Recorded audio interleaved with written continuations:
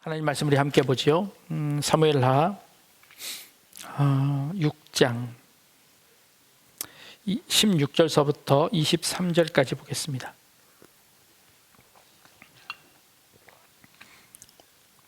(16절서부터) 23절까지 한 절씩 돌아가면서 읽습니다. 여호와의 궤가 다윗성으로 들어올 때에 사울의 딸 미갈이 창으로 내다보다가 다윗 왕이 여호와 앞에서 뛰놀며 춤추는 것을 보고 심중에 그를 업신여기니라. 여호와의 궤를 메고 들어가서 다윗이 그것을 위하여 친 장막 가운데 그 준비한 자리에 그것을 두매 다윗이 번제와 화목제를 여호와 앞에 드리니라. 다윗이 번제와 화목제 드리기를 마치고 만군의 여호와의 이름으로 백성에게 축복하고 모든 백성 곧 온 이스라엘 무리에게 남녀를 막론하고 떡 한 개와 고기 한 조각과 건포도 떡 한 덩이씩 나누어 주매 모든 백성이 각기 집으로 돌아가니라. 다윗이 자기의 가족에게 축복하러 돌아오매 사울의 딸 미갈이 나와서 다윗을 맞으며 이르되 이스라엘 왕이 오늘 어떻게 영화로우신지 방탕한 자가 염치 없이 자기의 몸을 드러내는 것처럼 오늘 그의 신복의 계집종의 눈앞에서 몸을 드러내셨도다 하니 다윗이 미갈에게 이르되 이는 여호와 앞에서 한 것이니라. 그가 내 아버지와 그의 온 집을 버리시고 나를 택하사 나를 여호와의 백성 이스라엘의 주권자로 삼으셨으니 내가 여호와 앞에서 뛰놀리라. 내가 이보다 더 낮아져서 스스로 천하게 보일지라도 내가 말한 바 계집종에게는 내가 높임을 받으리라 한지라. 그러므로 사울의 딸 미갈이 죽는 날까지 그에게 자식이 없으니라. 아멘. 네. 새해가 되었습니다. 우리 옆에 계신 분들과 한번 인사 나누겠습니다. 새해 복 많이 받으십시오.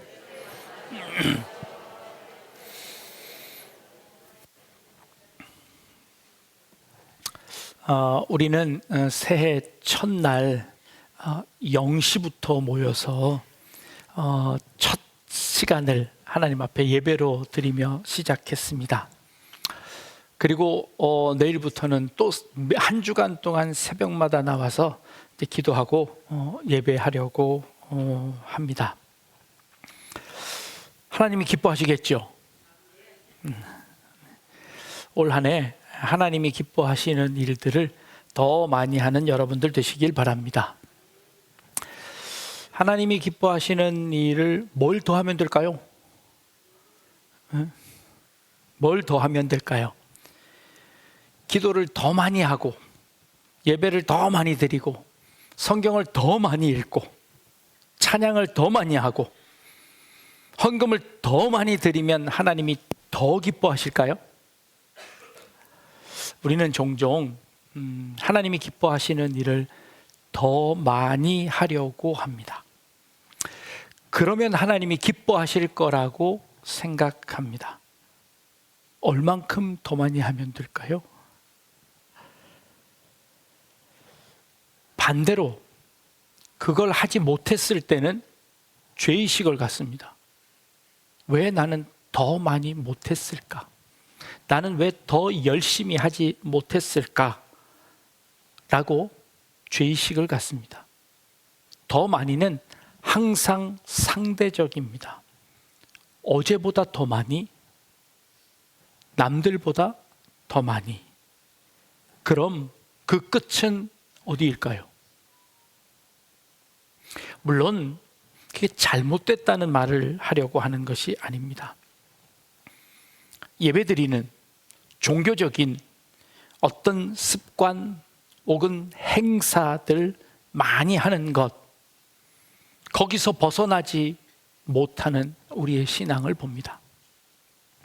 그래도 우리 약대중앙교회는요, 거기서 더 벗어나 이웃을 위한 사랑과 봉사를 하고 있습니다. 여기까지 나가는 교회들도 그렇게 많지 않습니다. 여러분들 참 잘하고 계십니다. 그런데요, 내가 사람의 방언과 천사의 말을 할지라도, 내가 예언하는 능이 있어 모든 비밀과 모든 지식을 알지라도, 심지어 내 몸을 불사르게 내어 줄지라도 아무 소용없다고 성경은 말하고 있습니다. 인간의 노력에는 명확한 한계가 있습니다. 우리 힘으로 할 수 없는 것이 훨씬 더 많다고 우리에게 말합니다. 여기까지 온 것 참 잘 하셨습니다. 봉사하고 헌신하고 교회를 위해 애쓰는 것 가벼운 일은 아닐 겁니다. 그런데 그 다음 발걸음은 뭘까 하는 생각을 해봅니다. 새해가 되었습니다. 우리 작년보다 더 열심히 합시다. 우리 지난날보다 조금 더 열심히 합시다. 그래서 더 많이 모이고 더 많이 일하면 우린 어디까지 나아가야 할까요? 신앙 행위의 나열만으로는 지치게 되고 결국 비교하게 되고 그리고 그것으로 남을 평가하게 됩니다. 오늘 우리가 읽은 본문 가운데 다윗은 하나님을 향한 열정과 사랑이 넘쳤던 사람입니다. 하나님을 위해서 내가 뭔가를 좀 더 할 수 없을까 늘 고민하던 그런 사람 같아 보입니다. 하나님의 궤가 누추한 곳에 있는 것을 보며 다윗성으로 모셔오고 싶었습니다. 우리가 지난 주까지 계속 살펴본 바와 같이 그 하나님의 궤를 모셔오기 위해서 다윗은 열정을 다했습니다. 드디어 그 궤가 하나님의 다윗성으로 들어올 때 다윗은 너무 기뻐서 그의 진심을 다해 춤을 춥니다. 그의 바지가 흘러내리는 것도 알지 못하고 그저 열심을 다해 하나님을 사랑하는 그의 마음을 표현했습니다. 그의 춤은 진심이었고 그의 기쁨은 진심이었습니다. 하나님을 향한 사랑의 표현이었음을 우리는 부인하지 않습니다. 그런데 그 다윗의 춤을 보던 그의 아내 미갈이 다윗더러 이렇게 이야기합니다. 왕이시여, 어떻게 왕이나 되어서 천박하게 백성들 앞에서 바지가 내려가는 것도 알지 못하고 춤을 추십니까? 하고 사울의 딸 미갈이 그 다윗을 지적합니다. 다윗이 화가 났습니다. 그래서 그 미갈을 향하여 저주합니다. 다른 사람들은 다 뭐라고 할지라도 내가 너에게만큼은 높임 받을 것이다 라고 합니다. 그리고 나서 사울의 딸 미갈에게 자녀가 없었더라고 이야기합니다. 자녀가 없었다고 한 것은 아마 그 다음서부터 다윗이 그 미갈을 만나지 않았던 것으로 여겨집니다. 자, 다윗의 그 열심 가운데 결국 하나님께서 다윗의 편을 들어주시기는 합니다. 다윗이 틀렸다고 말하고 있지는 않는 것 같습니다.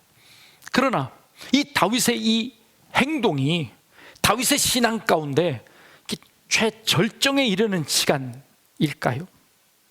법궤 앞에서 춤추던 하나님의 궤가 다윗성으로 들어와 그 하나님을 기뻐하고 찬양하던 그 다윗의 그 신앙은 그때가 절정이었을까요?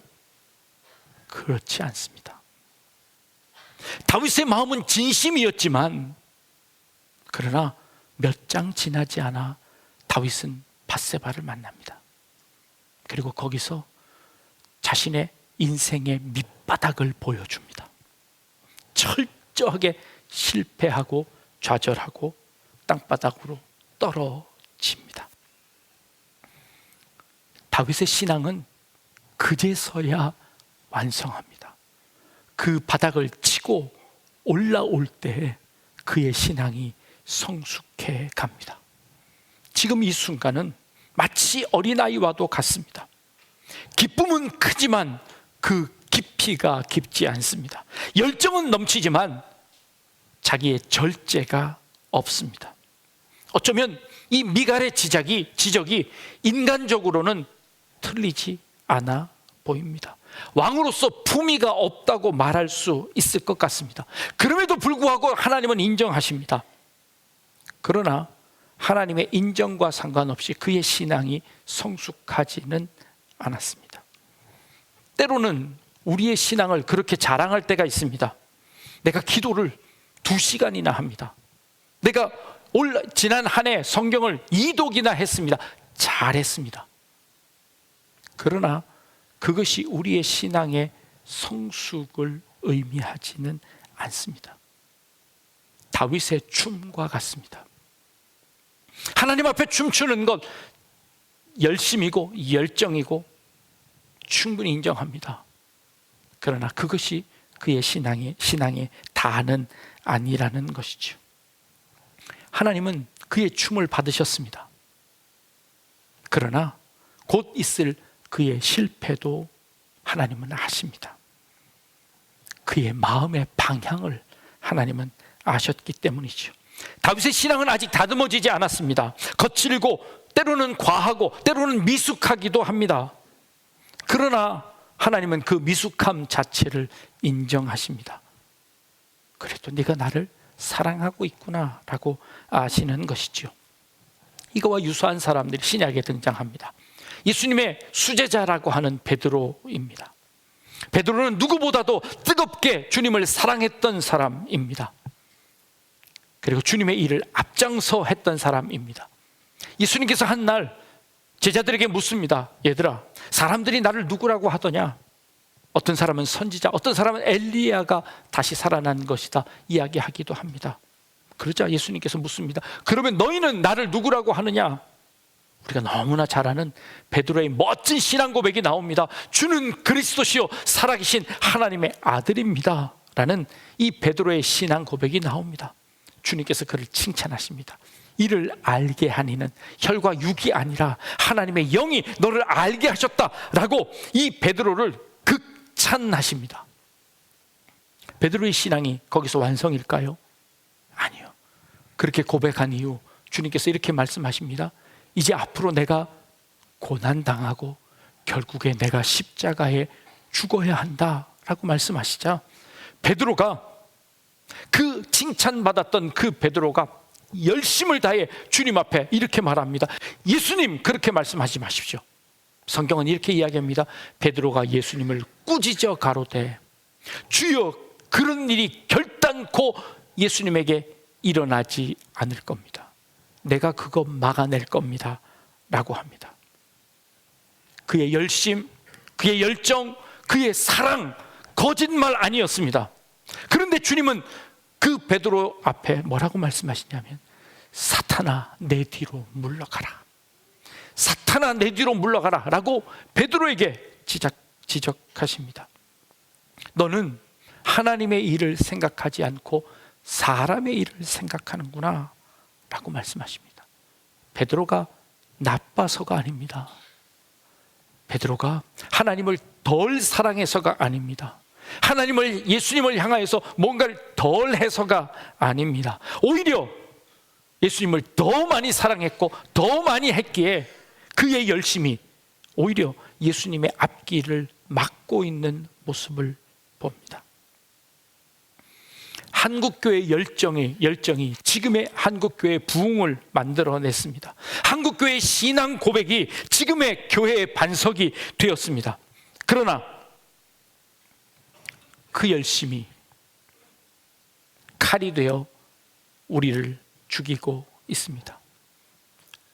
세상 사람들이 우리의 열심을 우리의 욕심으로 오해합니다. 세상에서는 우리의 열정을 우리의 독선으로 생각합니다. 우리의 성숙한 신앙이 그들 가운데 보여지지 않았기에 우리의 신앙이 성숙하지 않고 열심과 열정만 남았기에 우리는 그런 지적을 받고 있는 겁니다. 나처럼 열심히 하지 않으면, 나처럼 목숨 걸지 않으면, 내 몸을 불사르게 내어주지 않는다면, 나처럼 춤추지 않는다면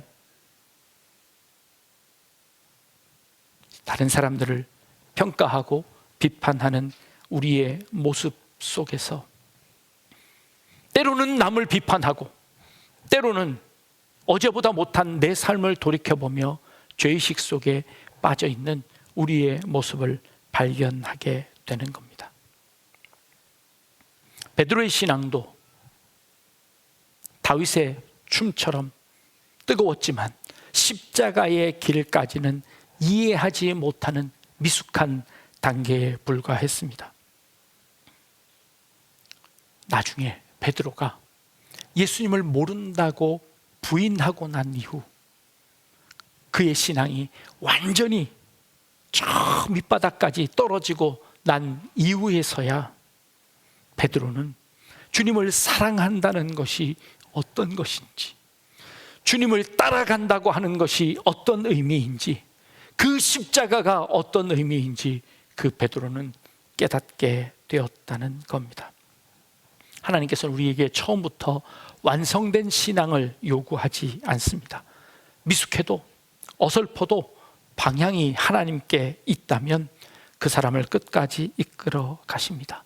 내가 얼마나 많은 것을 했느냐, 내가 얼마나 많이 내어 놓았느냐, 내 열심이 얼마나 뜨거웠느냐가 아니라 내가 주님을 향하여 올바로 서 있느냐, 내가 주님을 향하여 올바로 나아가고 있느냐, 우리의 방향이 더 중요합니다.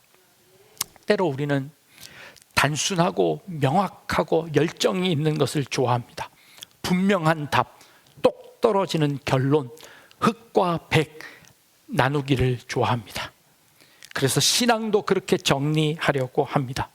하나님 열심히 믿고 충성하면 하나님이 복 주시고, 그렇지 못하면 하나님께서 벌 주시고, 기도하면 응답받고 기도 안 하면 응답 못 받고, 이런 우린 결론을 원합니다. 애매하고 미지근한 것들 우리 싫어합니다. 그런데 여러분, 우리의 신앙이, 우리의 삶이 그렇게 똑부러지기만 합니까? 우리의 신앙도 마찬가지입니다. 정확하지 않을 때가 훨씬 더 많습니다. 기도해도 답을 찾을 수 없을 때가 훨씬 더 많습니다. 처음 부모가 되면요, 아이를 어떻게 키워야 할지 책을 봅니다. 책에 보면 이럴 때는 이렇게 하고 저럴 때는 저렇게 하라고 합니다. 그거 그대로 하면 됩니까? 어림도 없는 일이지요. 막상 부모가 되어보면 매 순간 선택해야 합니다. 이 선택이 맞을지 틀릴지 알지 못하지만 선택하며 아이를 키워야 합니다. 아이들을 혼내야 할까요? 아니면 사랑으로 다스려야 할까요? 혼내고 나서도 마음이 불편하고, 혼내지 않고는 또 불안해합니다. 어떤 것이 옳은 방법인지 알지 못합니다. 그럼에도 불구하고 부모는 그 아이를 떠나지 않습니다. 모르지만 곁에 있고, 확신이 없지만 책임을 지며 그 책임을 내려놓지 않고 그 아이를 끝까지 사랑합니다. 이거 신앙과 닮아 있어 보입니다. 신앙의 깊이는 어쩌면 항상 옳은 것 같지 않지만, 그러나 날마다 선택하며 나아갑니다. 그리고 그 선택 가운데 하나님이 우리와 함께 하십니다. 병원 수술실 앞에서 대기하는 성도들이, 하나님, 죽지 않고 나을 수 있을까요? 이 병에서 해방될 수 있을까요? 꼭 치료할 수 있을까요? 가장 힘든 순간입니다. 하나님께서 답하지 않으십니다. 결과를 기다리는 그 순간, 기도에 해도 응답이 없는 그 순간, 아니 기도도 잘 나오지 않고 찬양도 입에서 나오지 않는 그 순간이지만 하나님을 떠나지 않습니다. 담담하게 고백합니다. 말없이 기다리는 그 순간이 더 깊어지는 순간입니다. 그 순간이 믿음이 자라나는 순간입니다. 새해가 되었습니다. 이 직장을 더 다녀야 할지 말아야 할지 고민됩니다. 이직을 해야 할지 버텨야 할지, 이 사업을 접어야 할지 더 나아가야 할지, 기도했는데도 분명한 답이 없습니다. 그래서 결단합니다. 선택해야 합니다. 선택한 뒤에도 흔들립니다. 이 선택이 정답일까 아닐까, 그 답을 알 수 없습니다. 그러나 진짜 믿음은 어떤 선택이든 그 선택을 하나님 앞에 맡기고, 어떤 결과든지 그 결과를 담담하게 받아낼 수 있는 것, 그게 믿음입니다. 신앙의 성숙은 불확실성을 제거하는 능력이 아니라 그 불확실성 속에서도 하나님을 신뢰하는 것이 진짜 신앙입니다. 무엇이 옳고 무엇이 그른 일일까요? 사람과의 관계 가운데서 저 사람은 옳고 저 사람은 틀려 명확하게 구분할 수 없습니다. 누가 틀렸는지 누가 옳은지 알 수 없습니다. 근데 그 정답을 찾으려다가 우리는 사랑을 잃을 때가 많습니다. 신앙의 논리도 마찬가지입니다.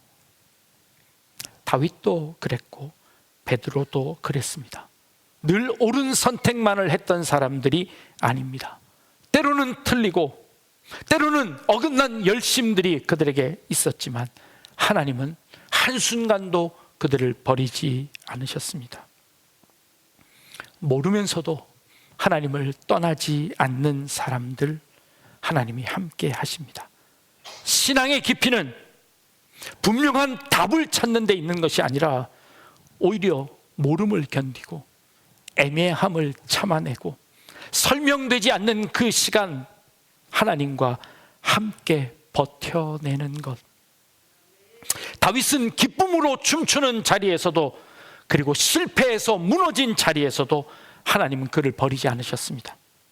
베드로는 하나님을 고백하는, 예수님을 고백하는 순간에도, 아니 예수님을 모른다고 부인하는 그 순간에도 주님은 그 곁을 떠나지 않으셨습니다.